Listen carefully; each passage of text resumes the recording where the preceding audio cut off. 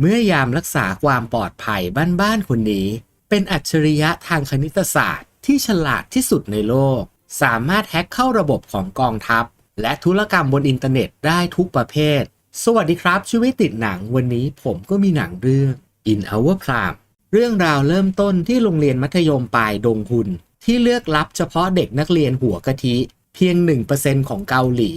อาจารย์คิมได้นำเนื้อหาคณิตศาสตร์ของเด็กม.6 มาสอนให้แก่เด็กม.4 ที่เป็นอัจฉริยะ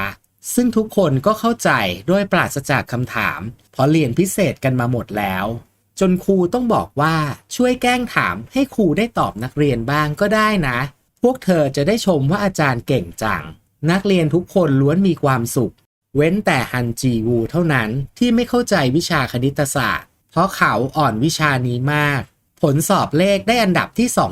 238จาก240เนื่องจากจีวูเป็นเด็กรับเงินสวัสดิการรัฐไม่มีเงินจ้างครูสอนพิเศษเหมือนเพื่อนคนอื่นอาจารย์คิมจึงแนะนำให้จีวูย้ายไปเรียนที่อื่นซะเพราะจากผลคะแนนเขาไม่น่าจะไปรอดเพราะถ้าเป็นโรงเรียนธรรมดาทั่วๆไป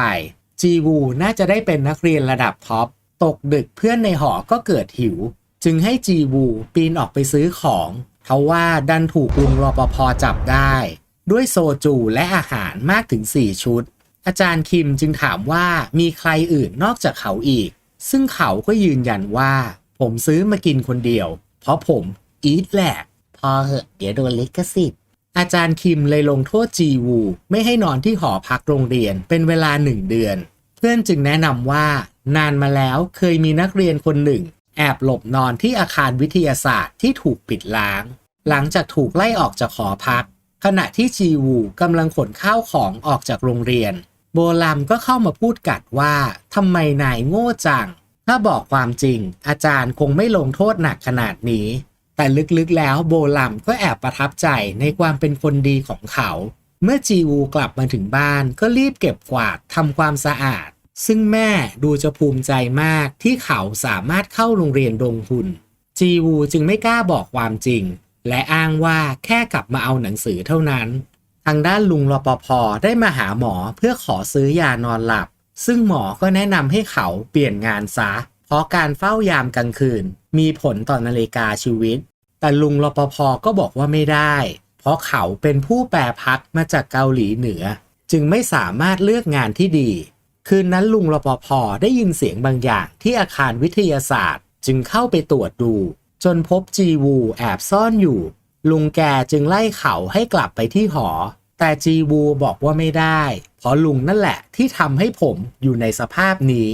คุณลุงเลยยอมให้จีวูมาพักที่ห้องชั่วคราวคืนนั้นขณะที่พ่อหนุ่มน้อยนั่งหลับลุงแกก็บังเอิญเห็นกันบ้านวิชาคณิตศาสตร์โจทย์ปราบเซียนเข้าพอดีเช้าวันต่อมาจีวูก็พบว่าการบ้านของเขาเสร็จหมดทุกข้อและเมื่ออาจารย์คิมถามถึงโจทย์จีวูก็ตอบตามกระดาษซึ่งมันก็ถูกต้องทำให้อาจารย์ถึงกับชื่นชมเพราะโจทย์ข้อนี้ยากจัดแล้วอาจารย์ก็ถามว่ามีใครตอบถูกหมดบ้างโบรัมที่เห็นว่าจีวูตอบถูกทุกข้อจึงคิดจะบอกครูแต่เขาก็ห้ามเอาไว้เพราะกูยังไม่รู้เลยว่าคำตอบแม่งมีวิธีคิดยังไงสำหรับท่านที่ชอบดูหนัง Netflix จะจ่ายแพงทำไมดูกับ Netflix Theater เพียงเดือนละ129 บาทเท่านั้นจากปกติ419 บาทมีทั้งหนังและซีรีส์ให้รับชมมากกว่า 10,000 เรื่องแถมยังมีหนังแนวออสจักกิ้งแกลดให้ดูอีกเพียบสามารถรับชมได้ทุกแพลตฟอร์มพิเศษเพียงบอกว่ามาจากช่องชีวิตติดหนังลุ้นรับเงิน 10,000 บาททุกสิ้นเดือนสมัครง่ายไม่มีสัญญาผูกมัดเพียงสแกน QR Code หรือคลิกลิงก์ใต้คลิปนี้ได้เลยครับเพื่อนๆในห้องพูดเป็นเสียงเดียวกันว่าโจทย์ของอาจารย์คิมแม่งยากนรกแตกขนาดติวเตอร์เก่งๆยังตอบผิดตั้ง7 ข้อลุงรปภ.แม่งเก่งจริงว่ะหลังจากวันนั้นจีวูจึงพยายามตามตื้อลุงทุกวิถีทางเพื่อให้ช่วยสอนวิชาคณิตศาสตร์แต่ลุงแกก็ปฏิเสธมาโดยตลอดจนกระทั่งวันหนึ่งเขาบังเอิญได้ยินพวกอาจารย์คุยกันว่าอยากให้จีวูย้ายไปเรียนโรงเรียนอื่นซะเพราะที่นี่ต้องการเด็กที่ค่อนข้างมีฐานะคืนนั้นจีวูมาหาลุงรปภ.เหมือนทุกครั้งลุงแกก็แนะนำให้เขาย้ายไปโรงเรียนธรรมดาเพื่อที่จะได้เกรดสูง โดยบอกว่าเป็นหัวหมายังดีกว่าเป็นหางมังกรนะ ก็ผมอยากเป็นหัวมังกรไงครับลุงแล้วเมื่อคุณลุงได้รู้ว่าจีวูไม่มีพ่อและเขาอยากทำให้แม่ภูมิใจลุงจึงตกลงยอมสอนให้แต่คิดค่าเล่าเรียนเป็นนมสตรอเบอรี่คุณลุงเลือกใช้อาคารวิทยาศาสตร์ที่ถูกปิดล้างเป็นสถานที่สอนโดยมีเงื่อนไขอยู่3ข้อ 1. ห้ามบอกใครเกี่ยวกับเรื่องของเขา 2. ห้ามถามเรื่องอื่นนอกจากคณิตศาสตร์ 3. กูไม่สนว่ามึงจะทำคะแนนสอบได้เท่าไหร่แล้วลุงแกก็ตั้งโจทย์ให้จีวูเขาก็งงว่านี่มันเลขเด็กประถมแค่ดูก็รู้แล้วว่าคำตอบคือ30ลุงก็บ่นว่ามึงนี่มันโง่จริงๆไปลองคิดดูอีกทีสิซึ่งจีวูก็ยังคงตอบเหมือนเดิมแต่เมื่อคุณลุงลากเส้นวงกลมบนสามเหลี่ยมมันก็ทำให้เขารู้ว่าโจทย์ที่ให้มานั้นมันผิดคุณลุงต้องการสอนให้หนุ่มน้อยรู้ว่าการทำความเข้าใจโจทย์สำคัญกว่าการหลับหูหลับตาหาคำตอบนั่นแหละคือคณิตศาสตร์จากนั้นจีวูก็ได้มาที่ห้องของรปภ.ซึ่งคุณลุงนั้นมักจะฟังดนตรีคลาสสิกก่อนนอนวันถัดมาอาจารย์คิมแจ้งข่าวแก่นักเรียนทุกคนว่าจะมีการแข่งขันคณิตศาสตร์ที่มีชื่อว่าพีทาโกรัสซึ่งรางวัลนี้จะถูกบันทึกในประวัติการศึกษาของพวกเธอทำให้ง่ายต่อการเข้ามหาวิทยาลัยชื่อดังหลังจากวันนั้นจีวูก็ซื้อนมสตรอเบอรี่ทุกวันจนโบรามเข้ามาทักว่านี่นายติดนมสตรอเบอรี่เหรอเขาก็เลยต้องตอบว่าใช่คุณลุงได้ตั้งโจทย์เลขข้อ1ให้แก่จีวูโดยให้เขาบวกเลขทั้งหมดด้วยมือแบบโง่ๆเลยหลังได้คำตอบจีวูก็บ่นว่าถ้าตอนสอบคิดเลขนานขนาดนี้ก็ทำเสร็จไม่ทันพอดีลุงแกเลยบอกว่ากฎข้อ3คือกูไม่สนใจเรื่องผลการสอบเพราะเขาต้องการให้จีวูสร้างความคุ้นเคยเพื่อให้เข้าใจถึงเนื้อแท้และรักมันหลังจากนั้นจีวูก็ใช้เวลาทั้งหมดคิดคำนวณด้วยมือตามคำแนะนำวันหนึ่งเพื่อนนักเรียนสวัสดิการของจีวูได้บอกว่าเขาจะย้ายไปโรงเรียนธรรมดาแล้วนะโรงเรียนนี้ไม่เหมาะกับพวกเรานั่นทำให้จีวูเกิดความสับสนว่าควรเรียนที่นี่ต่อดีหรือเปล่าขณะที่โบรัมเข้ามาพูดปลอบใจแม่ก็เห็นเข้าพอดีเลยถามว่าเด็กผู้ชายคนนั้นคือใครเมื่อแม่รู้ว่าจีวูเป็นเด็กที่รับสวัสดิการรัฐเธอก็ไม่อยากให้ลูกสาวไปยุ่งด้วยเพราะอยากให้คบคนที่ฐานะเท่าเทียมกันแต่โบรัมก็ไม่สนใจแม่ก็เลยเปลี่ยนเรื่องบอกจะส่งเธอไปเรียนพิเศษที่สถาบันออยเลอร์เพื่อเตรียมเข้าสอบพีทาโกรัสเพราะคณิตศาสตร์เป็นสิ่งสำคัญต่อการเข้ามหาวิทยาลัยทางด้านจีวูได้เล่าให้คุณลุงฟังว่าเพื่อนของเขาที่รับสวัสดิการรัฐได้ย้ายโรงเรียนไปแล้วคุณลุงก็เลยเอาโจทย์ที่จีวูทำให้เขาดู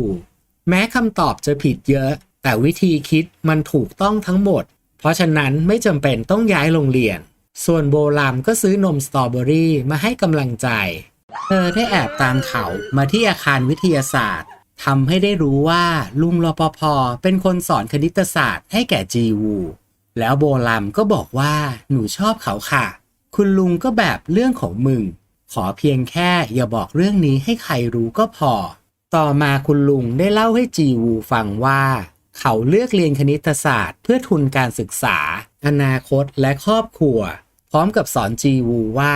เส้นโค้งทุกเส้นสามารถแทนค่าได้ด้วยจำนวนธรรมชาติทำให้หนุ่มน้อยเข้าใจถึงหลักการคำนวณพอพูดจบลุงก็ถามว่ามันสวยงามใช่ไหมล่ะจีวูก็ตอบว่าไม่นะผมว่าผู้หญิงสวยกว่าครับก็จริงของมันคุณลุงที่เห็นว่าโบรัมชอบเปียโนจึงได้สอนสาวน้อยให้แทนค่าพายด้วยโน้ตเพลงวันหนึ่งขณะที่อาจารย์คิมกำลังสอนจีวูก็แย้งว่าคำตอบมันผิดนะครับอาจารย์คิมเลยให้จีวูออกมาแก้โจทย์ให้ดูแม้ว่าการคิดของหนุ่มน้อยจะถูกต้องจนอาจารย์คิมยังเอ่ยปากชมว่าเขาเก่งแต่อาจารย์คิมก็บอกว่าสิ่งสำคัญในการทำข้อสอบคือเราต้องดูเจตนาของคนออกสอบซึ่งจีวูก็ยังคงยืนยันว่าจะตอบแบบเดิมในการสอบเพราะเราจะหาคำตอบที่ถูกในโจทย์ที่ผิดได้ยังไงทำให้อาจารย์คิมโมโหไล่จีวูออกไปยืนนอกห้องเรียนทางด้านลุงรปภ.ทุกครั้งที่มีเวลาว่างเขาจะแวะมาหาคีชอน ซึ่งเป็นคนเกาหลีเหนือเหมือนกันเพื่อพูดคุยเล่นหมากล้อมแน่นอนครับว่าคุณลุงไม่เคยแพ้เลยสักครั้งแล้วคีชอนก็ให้มือถือคุณลุงเป็นของขวัญซึ่งเขาก็ชอบมากเพราะสามารถหาอ่านทีสิทธิ์ทางคณิตศาสตร์ได้บนมือถือจีวูที่เห็นว่าตัวหนังสือเล็กมากจึงได้แอบเข้าไปในห้องปฏิบัติการเพื่อพิมพ์เอกสารทีสิทธิ์มาให้คุณลุงเมื่อการสอบเริ่มต้นขึ้นขณะที่โบรัมกำลังเพลิดเพลินกับการทำข้อสอบผ่านการเล่นเปียโนเธอก็พบบางสิ่งที่ผิดปกติในกระดาษข้อสอบโบรัมออกจากห้องไปโดยไม่ยอมเขียนอะไรแม้แต่น้อยหลังสอบเสร็จจีวูก็เป็นห่วงส่งข้อความไปถามว่าเกิดอะไรขึ้นจีวูได้พาคุณลุงไปชมดนตรีคลาสสิกซึ่งแกก็อินจนน้ำตาซึมคุณลุงพาจีวูมาที่บ้านแล้วทำอาหารให้เขากินเป็นครั้งแรกโบรัมได้ปล่อยข่าวในกลุ่มโซเชียลของโรงเรียนโดยไม่ออกนามว่าข้อสอบพีทาโกรัสรั่วก่อนออกสอบหนังตัดฉากมาที่มหาวิทยาลัยผอ.โรงเรียนจึงสั่งให้ทุกคนตามหาคนผิดมาลงโทษทางด้านของจีวูขณะที่มาเลือกซื้อหนังสือกับคุณลุงชายคนหนึ่งก็เข้ามาทักคุณลุงว่ารุ่นพี่ลีฮักซองจำผมได้หรือเปล่าเป็นเกียรติจริงๆที่มีโอกาสได้พบอัจฉริยะทางคณิตศาสตร์และเรียกจีวูว่าแทยอนฮักซองที่ไม่ต้องการคุยด้วยจึงรีบขอตัวแล้วหนังก็เล่าย้อนว่าแทยอนลูกชายของฮักซองคือคนที่ชอบกินนมสตรอเบอรี่วันถัดมาจีวูได้เห็นโอจองนำนักคณิตศาสตร์ชื่อดังให้สัมภาษณ์ว่าลีฮักซองคืออัจฉริยะทางคณิตศาสตร์เพียงคนเดียวที่สามารถพิสูจน์สมมุติฐานลีมันเราพบกันครั้งสุดท้ายเมื่อ40 ปีที่แล้วโอจองนำเป็นตัวแทนของเกาหลีใต้ส่วนลีฮักซองเป็นตัวแทนของเกาหลีเหนือและชายที่อยู่ตรงกลางคือนักคณิตศาสตร์ชื่อก้องโลกพอลแอดิตเราทั้งคู่ได้ปากกาหมึกซึมมาคนละด้ามจีวูจึงรีบมาหาคุณลุงเพราะตอนนี้เขารู้แล้วว่าลีฮักซองคือใครแต่จู่ๆคุณลุงก็โมโหห้ามไม่ให้เขาพูดถึงสมมุติฐานลีมันอีกทางด้านของอาจารย์คิมก็สั่งลูกน้องให้รีบปิดสถาบันออยเลอร์เพราะเขาคือคนที่ปล่อยข้อสอบให้แก่บรรดาลูกมหาเศรษฐีวันต่อมาอาจารย์คิมได้เรียกจีวูมาพบเพราะเห็นคลิปในกล้องวงจรปิดที่จีวูแอบลอบเข้าไปในห้องปฏิบัติการจีวูพยายามอธิบายว่าเขาเข้าไปปริ้นเอกสารทีสิทธิ์เท่านั้นไม่ได้ขโมยข้อสอบซึ่งอาจารย์คิมก็ต้องเชื่ออยู่แล้วเพราะกูนี่แหละคนขโมยแต่ใครล่ะจะเชื่อจีวูเมื่อหลักฐานมันมัดตัวประกอบกับผลสอบของจีวูดีขึ้นแบบก้าวกระโดดแบบไม่มีเหตุผลอาจารย์จึงแนะนำให้เขาย้ายโรงเรียนไปซะเรื่องจะได้ไม่ต้องถึงตำรวจไม่เช่นนั้นเธออาจติดคุกได้นะแล้วโบลัมก็ได้เห็นข่าวลือในกลุ่มเพื่อนว่าจีวูเป็นคนที่แอบขโมยข้อสอบเมื่อเกาหลีเหนือรู้ข่าวของลีฮักซองก็พยายามกดดันให้เกาหลีใต้ส่งมอบตัวลีฮักซองกับเกาหลีเหนือโดยเร็วโดยออกข่าวว่าเกาหลีใต้แอบลักพาตัวฮักซองไปเนื่องจากสมมุติฐานลีมันเป็นงานวิจัยที่สามารถแฮ็กเข้าสู่ระบบของกองทัพและธุรกรรมทางอินเทอร์เน็ตได้ทุกประเภทรัฐบาลจึงสั่งให้คีชอนที่เป็นผู้ดูแลคนเกาหลีเหนือไปพูดคุยกับฮักซองให้ออกมาแก้ข่าวที่เกิดขึ้นคีชอนจึงต้องมาพูดกับฮักซองเพราะเป็นเรื่องความมั่นคงระหว่างประเทศแต่ฮักซองก็ปฏิเสธที่จะให้ความร่วมมือ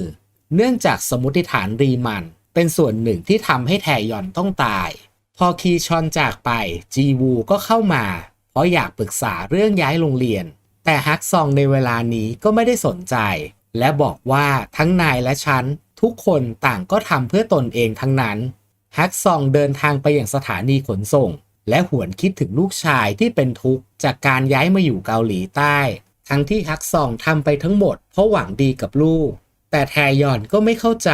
เนื่องจากฮักซองทิ้งแม่ที่ป่วยเป็นวัณโรคให้ตายอยู่ที่เกาหลีเหนือทั้งสองมีปากเสียงกันอย่างหนักแทยอนคิดจะว่ายน้ำหนีข้ามกลับไปยังเกาหลีเหนือจึงถูกทหารยิงตาย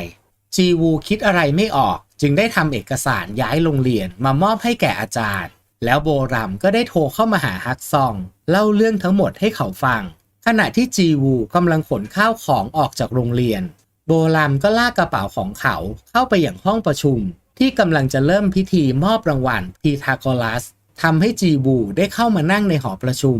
ระหว่างที่โอจองนำกำลังให้โอวาทแก่เหล่านักเรียนลุงรปภ.ก็เดินเข้ามากลางห้องประชุมพร้อมกับยื่นปากกาให้โอจองนำดูเพื่อแสดงตัวว่าเขาคือลีฮักซองทำให้ทุกคนตกใจกันหมดรปภ.โรงเรียนกูคืออัจฉริยะทางคณิตศาสตร์เหรอวะ